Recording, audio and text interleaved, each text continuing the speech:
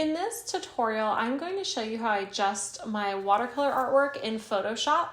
This can be really helpful if you, if you do artwork in general and you scan it into your computer.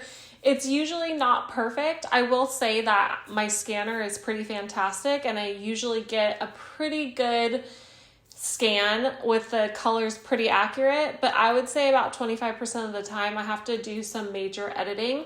It also depends on what you painted. Some lighter things are gonna scan a lot darker, and sometimes you want this so that you're able to remove the background easier, all sorts of reasons. But we are going to go through how I edit my artwork in Photoshop using the adjustments panel. Of course, I always like to mention this. This is the way that I like to adjust my colors, and there's probably 1,000 ways to do it, but this is the way I do it that has worked for me, so I'm going to show you that today. The first thing you're going to need to do is you're going to need to scan your artwork into your computer. If you don't have a scanner, I talked about the scanner that I used last week, so feel free to go back to that video on my YouTube channel. Once it's scanned in, or you can also take a photo, that's another option, you want to bring it into Photoshop.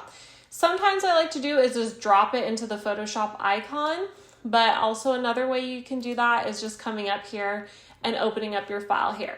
So however you get your artwork into Photoshop, you can do that now. So here is my piece of artwork. I actually intentionally kind of scan this in darker.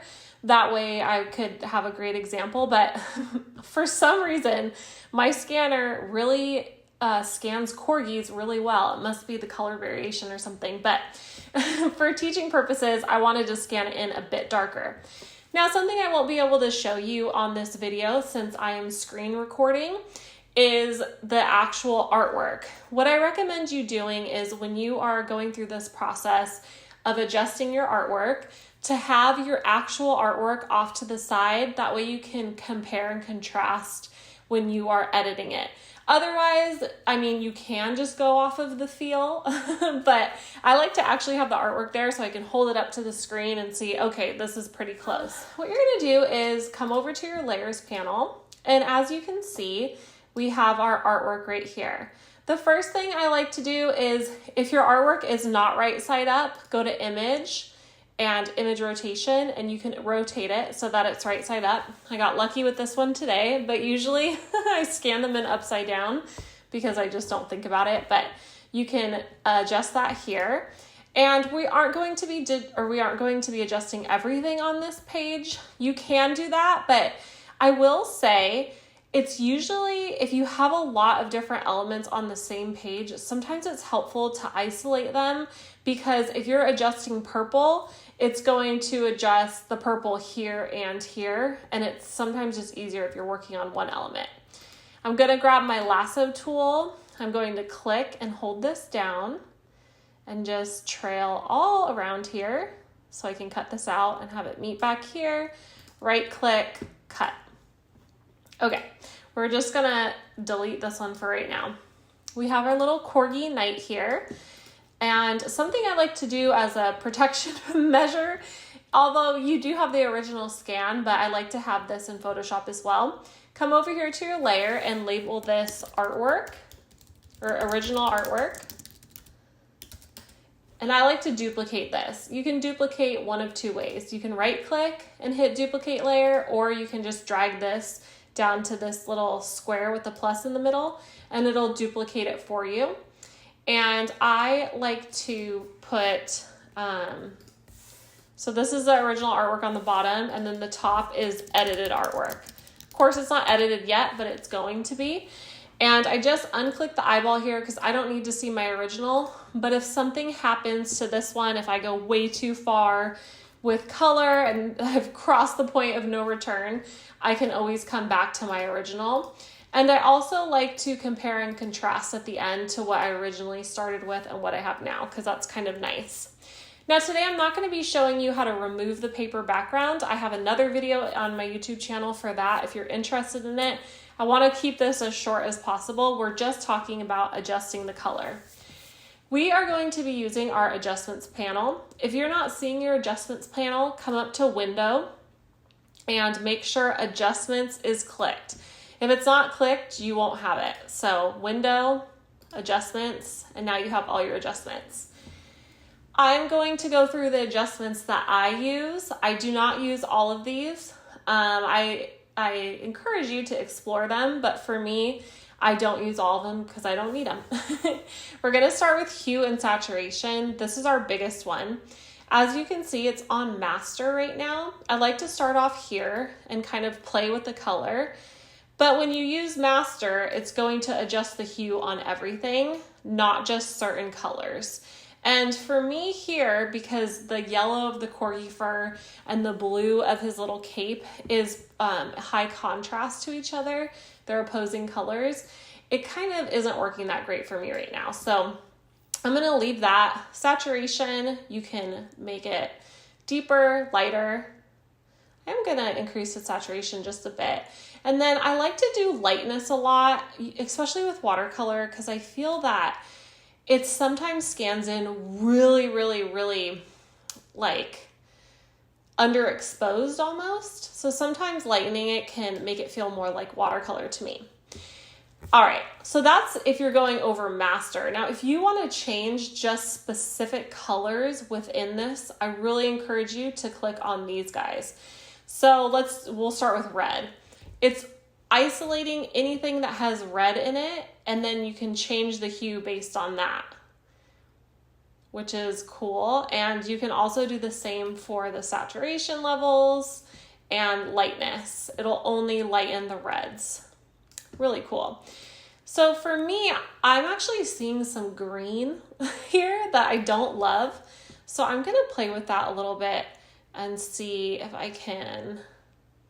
I know that sounds weird, but I feel like there's green in the fur a little bit. Maybe I'm crazy. I think I'm crazy because it's not working. The cayenne, so your blues. Ooh, I kind of like it more blue this color. So this is a fun way and a great way to adjust colors when you want to just adjust specific colors. Also super important, when I was in the wedding industry, I had clients who would want me to change the color of flower on their artwork, and I could easily just come over here, say the flowers were magenta, I could click magenta and I could adjust the colors that way, which is super helpful. Okay, moving on. And just so you guys know, so if you unclick this, it's going to take that adjustment layer away because you're basically just not seeing it anymore. I do merge all these at the end once I'm happy, but for now I just leave it here in case I want to change it. Now, brightness and contrast is another one I work with. If you feel that the artwork is underexposed, just adding a little brightness can be helpful. And then contrast, of course, is going to make whatever shadows you have darker or lighter. I don't really want to do that. Another thing I sometimes use are levels. So there's a toggle here, toggle on the left, right, and middle, and you can play with that. It's going to change the level of black and white in your photo or in your scan. Ooh, I think that looks nice. Sometimes that one just does it. I don't know. I don't use it that often, but as you can see, it kind of really helped me out here because I was feeling that the white was not white enough. Okay, and then I really don't use a lot of these other ones. Exposure. If you feel that something is really underexposed, exposure can be helpful. It's gonna blow the crap out of this right now, which I don't want. I'm just gonna delete that layer. But sometimes exposure can be helpful. And then another one, the only other one I use in here is selective color. And this again can be really helpful if you want to isolate just specific colors. Black here, it's going to increase or decrease the black. And you could do the neutrals. I usually play with this one quite a bit, the selective color, because it can be really helpful. And I will say there's not really a lot of rhyme and reason to it. Maybe for somebody else it makes a lot of sense, but I usually just have to kind of play with it until I get it to how I want it to look. Okay, so we've made all these adjustments and I'm actually really happy with it. I feel that this is almost perfect when I hold up my artwork next to it. And I would then remove my paper background from here and it would be ready to go. But first, what I want to do is I want to merge all these together. So click on your artwork layer, hold down Shift. I am on a Mac, so it's probably different for a PC. And then click the top layer and just merge. So now all of those adjustments are in your actual artwork. And if we unclick the eyeball, we can see that we've adjusted this quite a bit.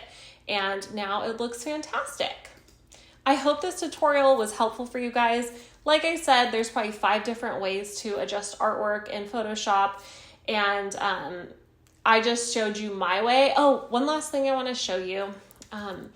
If you have like a little piece of the artwork that you want to change the color completely, one way I like to do that is I get my magnetic lasso tool and I just, when you're using the magnetic lasso tool, you click and then you let go of your mouse and just drag it and it makes all these little anchor points. If they're not sticking well, just click and it'll stick to the pixels. But sometimes I can't get the color quite right with something and I have to isolate it. And this is the way that I isolate it. So make sure you click all the way back to your starting point. And once you do, you're gonna see these marching ants. Now what I like to do is right click and I just copy this layer. And I say I wanna make this purple or let's make it a different color.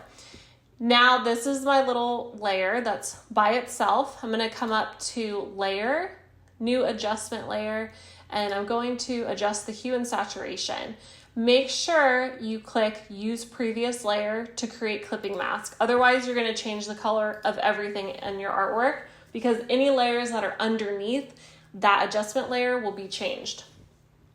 Now I can come in and I can go to my blues and I can change this. So I can make it green, I can make it more purpley, and I could increase the saturation, decrease the saturation. I don't really wanna make this a different color, but if you did wanna do something like that, that's how you could do it. And then what you would do is just merge it back down to your artwork. And now you have this little piece of the artwork that is completely changed, but you didn't have to change everything else in your artwork. Okay, I hope that was helpful for you guys. Please comment if you have any questions or if there's maybe one of the adjustment layers that you love to use. Let me know which one it is. Please like this video and subscribe to my channel, and thanks for watching.